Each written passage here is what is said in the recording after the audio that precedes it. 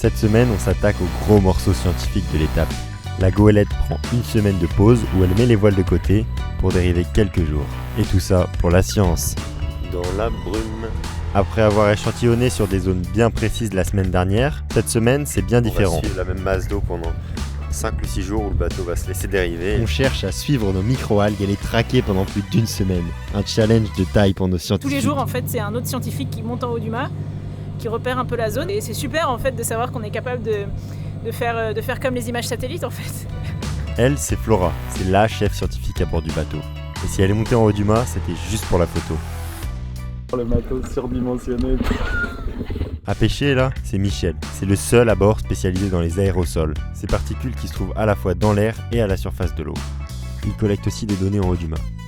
Morgane, c'est notre biologiste moléculaire. Tout droit venu de Roscoff, elle passe ses journées entre le pont et le labo. Guillaume, lui, gère un bon nombre d'instruments à bord. Ingénieur spécialisé en optique et satellite, il met au point un certain nombre de cartes qui nous permettent de chasser nos microalgues.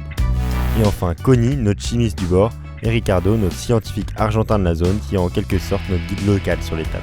The life is wonderful, comfortable, it's friendly. It's okay. La première étape consiste à trouver une zone intéressante pour commencer notre chasse, et c'est là le plus difficile. On doit sans cesse faire des compromis avec la météo, qui ne nous permet pas toujours d'échantillonner. Because wind is coming Saturday. And we cannot sample with the wind? Maybe too strong.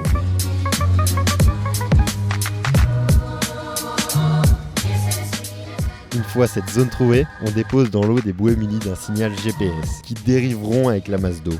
Vu que nous, on dérive avec le vent, même sans nos voiles, on cherche à se replacer, pour échantillonner toujours la même masse d'eau. Là on est à 21 mètres. Le premier jour, les résultats étaient plus que positifs, mais les jours suivants, plus de traces de nos cocos. Les coccolithophores gagnent la bataille, mais les scientifiques sont de plus en plus motivés à relancer la partie.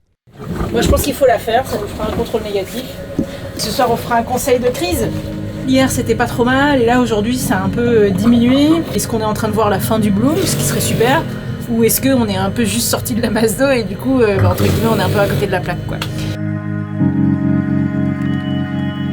So there are several options, right? Either we've been following a bloom that is ending, maybe we are a bit too west. Cette nuit, je vais analyser les données du lab qui mesure en continu l'eau de surface. On va essayer de chercher un endroit où le bloom est plus important.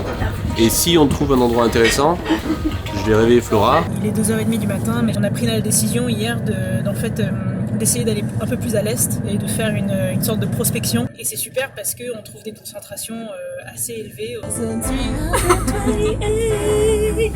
And what was it today during your sampling station? Something like 370. Les jours suivants, c'est le jackpot. Des coccolithophores en abondance et une météo parfaite pour échantillonner. C'était pas forcément prévu que ça se passe comme ça. C'est pour le coup hier, c'était vraiment la chasse. Water color changes from dark blue to more milky. You can see it by eye that they are happy and that they are around. It was a good idea to change our location. Bon, on vient d'arriver dans les 40e depuis quelques jours. Il n'y a pas de houle, il n'y a pas de vent. 40e, rugissant on va dire.